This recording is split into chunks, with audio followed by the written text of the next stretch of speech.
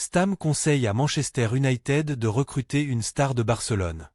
Barcelone agito pour conclure une signature gratuite avant le mercato estival.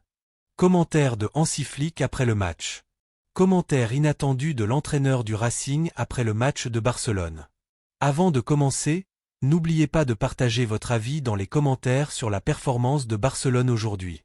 Et si vous êtes supporter du FC Barcelone, n'oubliez pas de vous abonner à la chaîne et de liker la vidéo. Stam conseille à Manchester United de recruter une star de Barcelone. Jaap Stam, légende de Manchester United, estime que son ancien club devrait chercher à recruter une star de Barcelone dans la période à venir, expliquant que ce joueur est capable d'améliorer les performances des Red Devils. Manchester United traverse une saison difficile à tous les niveaux, puisque Ruben Amorim a été limogé de son poste d'entraîneur principal, et Michael Carrick a été nommé à sa place jusqu'à la fin de la saison. Stam a salué, dans des déclarations relayées par le site Tribal Football, les qualités de Frenkie de Jong, star de Barcelone, soulignant que l'international néerlandais est un joueur d'exception et représenterait un grand saut qualitatif dans l'entrejeu de Manchester United.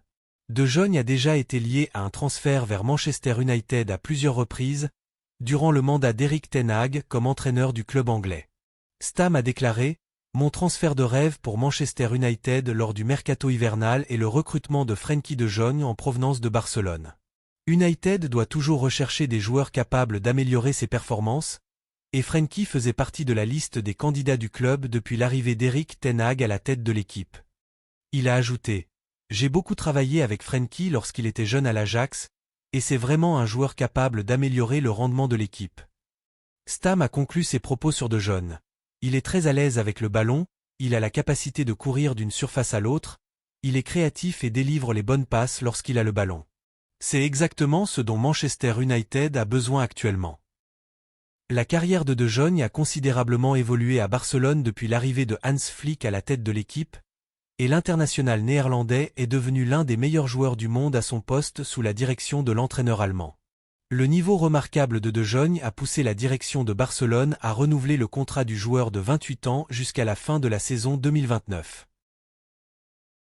Barcelone agito pour conclure une signature gratuite avant le mercato estival. Le FC Barcelone a entamé des démarches sérieuses pour sécuriser une recrue de premier plan afin de renforcer son effectif l'été prochain, en plaçant l'une des stars de Manchester City en tête de ses priorités. Le club catalan cherche à exploiter la situation contractuelle de Bernardo Silva, milieu de terrain de Manchester City, dont le contrat avec le club anglais expire en juin 2026, ce qui offre à Barcelone une opportunité en or de le recruter légalement et gratuitement. Les rapports provenant de l'entourage du club catalan indiquent que le président Joan Laporta et le directeur sportif Deco travaillent sur ce dossier depuis plusieurs mois et attendent le moment opportun pour conclure l'opération. Barcelone cherche à finaliser la signature de Bernardo Silva. Le club vise à parvenir à un accord définitif avec Bernardo Silva durant l'actuelle période des transferts hivernaux, afin qu'il rejoigne officiellement les Blaugrana l'été prochain, à l'issue de sa saison avec City. Cette démarche est considérée comme un coup de maître de la direction de Barcelone, qui cherche à renforcer la qualité de l'équipe avec des éléments expérimentés et capables de faire la différence, sans grever lourdement les finances du club dans le contexte économique actuel. Bernardo Silva est considéré comme le choix idéal pour le staff technique, compte tenu de ses grandes qualités techniques et de sa compréhension profonde du style de jeu en adéquation avec l'identité de Barcelone en Liga. Deco, directeur sportif de Barcelone, travaille à convaincre Bernardo Silva du projet sportif du club sous la direction de l'entraîneur Hans Flick, en lui assurant qu'il sera l'un des piliers essentiels de l'équipe. Commentaire de Hansi Flick après le match.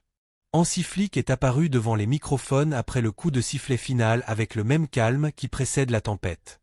Il n'a pas élevé la voix, n'est pas entré dans de petits détails, mais a laissé des phrases claires, comme des messages soigneusement emballés pour tout le monde.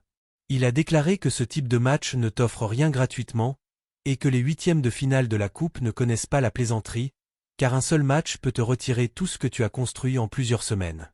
Puis il a esquissé un bref sourire et ajouté que son équipe avait abordé la rencontre avec une mentalité de « titre » et non de « test ». Il a commencé par parler précisément de l'entame du match. Il a expliqué que le ressenti dans le vestiaire avant le coup d'envoi était différent. Ce n'était pas un sentiment de confort après un grand accomplissement, mais un sentiment de faim. Il a affirmé que la récente victoire en Clasico en finale de la Supercoupe et le sacre n'avaient pas rassasié l'équipe comme certains le pensent, mais avaient au contraire allumé quelque chose en elle. Quand tu touches un titre, tu te rends compte que tu en veux plus. Avec cet esprit, selon Flick, les joueurs ont commencé le match dès la première minute comme s'ils poursuivaient un nouveau trophée, et non comme s'ils célébraient un titre passé. Il a précisé que le moment le plus dangereux pour toute grande équipe est le lendemain du succès, le jour où les autres pensent que les jambes vont se relâcher et que le rythme va naturellement baisser. Il a dit que c'est là le véritable test, être vainqueur hier et affamé aujourd'hui. Il a également parlé du message qu'il souhaite transmettre à ses joueurs après le dernier sacre, ne pas transformer la joie en sommeil. Il a dit que la joie est importante et que la célébration est un droit, mais qu'une équipe qui veut dominer toute une saison doit savoir quand fermer la page de la célébration et ouvrir celle du travail. Il a indiqué qu'il avait ressenti aujourd'hui que l'équipe avait fermé la page de la Supercoupe au bon moment, et qu'elle avait abordé ce match les yeux ouverts et les jambes prêtes. En conclusion, Flick s'est montré catégorique. Il a déclaré que Barcelone vit un bon moment, mais qu'il ne veut pas un moment, il veut une habitude. Il veut une équipe qui, après avoir gagné un grand match, ne recule pas lors du suivant. Il veut une équipe qui réclame les titres chaque semaine avec la même férocité et la même discipline. Il a terminé par une phrase qui ressemble à un titre, « Nous sommes heureux, oui, mais nous ne sommes pas rassasiés. » C'est Barcelone. Nous jouons pour gagner, nous respectons tout le monde, nous ne craignons personne et nous cherchons toujours le prochain titre. Commentaire inattendu de l'entraîneur du Racing après le match de Barcelone. L'entraîneur du Racing s'est présenté en zone mixte après le match avec un mélange évident de fatigue et de respect. Il ne parlait pas avec les yeux d'un entraîneur à la recherche d'excuses, mais avec ceux d'un entraîneur qui a affronté une grande réalité et a décidé de l'expliquer telle qu'elle est. Il a commencé calmement en disant que les matchs de coupe révèlent les écarts dans les détails plus qu'ils ne le font par les noms sur les maillots.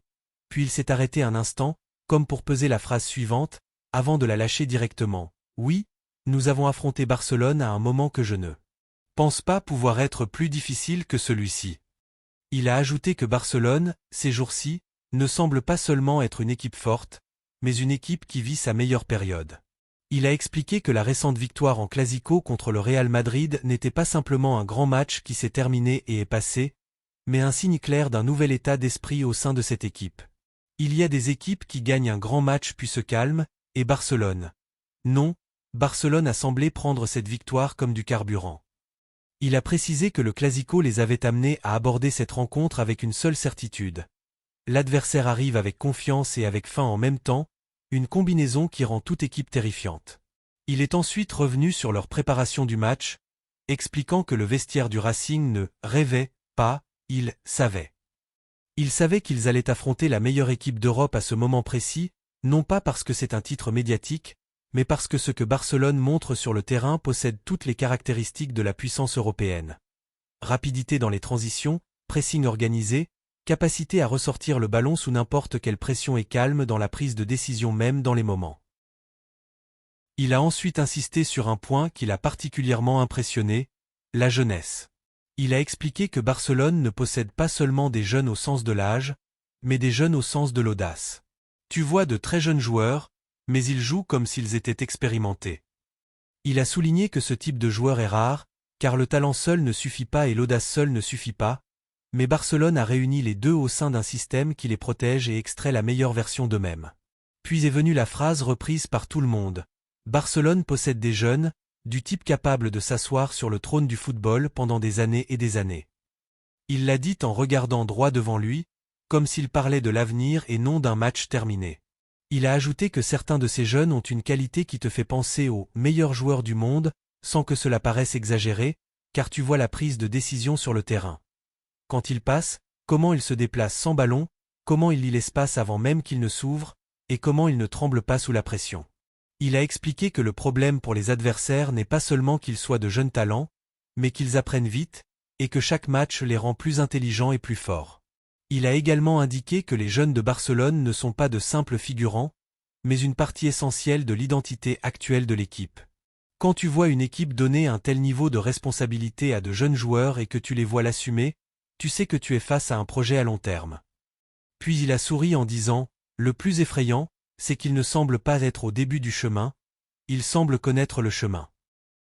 Il a ensuite insisté sur un point qui l'a particulièrement impressionné, la jeunesse.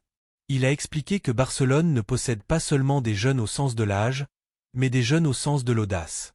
Tu vois de très jeunes joueurs, mais ils jouent comme s'ils étaient expérimentés. Il a souligné que ce type de joueur est rare, car le talent seul ne suffit pas et l'audace seule ne suffit pas, mais Barcelone a réuni les deux au sein d'un système qui les protège et extrait la meilleure version d'eux-mêmes. Puis est venue la phrase reprise par tout le monde.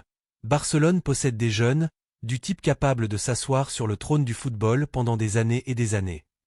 Il l'a dit en regardant droit devant lui, comme s'il parlait de l'avenir et non d'un match terminé. Il a ajouté que certains de ces jeunes ont une qualité qui te fait penser aux meilleurs joueurs du monde, sans que cela paraisse exagéré, car tu vois la prise de décision sur le terrain. Quand il passe, comment il se déplace sans ballon, comment il lit l'espace avant même qu'il ne s'ouvre, et comment il ne tremble pas sous la pression. Il a expliqué que le problème pour les adversaires n'est pas seulement qu'ils soient de jeunes talents, mais qu'ils apprennent vite, et que chaque match les rend plus intelligents et plus forts. Il a également indiqué que les jeunes de Barcelone ne sont pas de simples figurants, mais une partie essentielle de l'identité actuelle de l'équipe. Quand tu vois une équipe donner un tel niveau de responsabilité à de jeunes joueurs et que tu les vois l'assumer, tu sais que tu es face à un projet à long terme. Puis il a souri en disant, le plus effrayant, c'est qu'il ne semble pas être au début du chemin, il semble connaître le chemin. L'entraîneur du Racing a conclu avec une phrase pleine de respect, sans aucun signe de résignation. Il a déclaré que de telles confrontations rappellent à son équipe le niveau du sommet et lui offrent une leçon pratique sur ce que signifie jouer contre les meilleurs. Puis il a dit, Barcelone aujourd'hui n'est pas seulement un nom historique. Barcelone aujourd'hui est un état. Un état de confiance, un état de travail, un état de jeunesse brillante, et un entraîneur qui sait exactement ce qu'il veut. Il a ajouté que le football change vite, mais que lorsque tu vois un projet d'une telle qualité, tu as le sentiment qu'il peut rester au sommet pendant longtemps. Et s'il continue ainsi, il est normal que les gens parlent d'années, pas de semaines.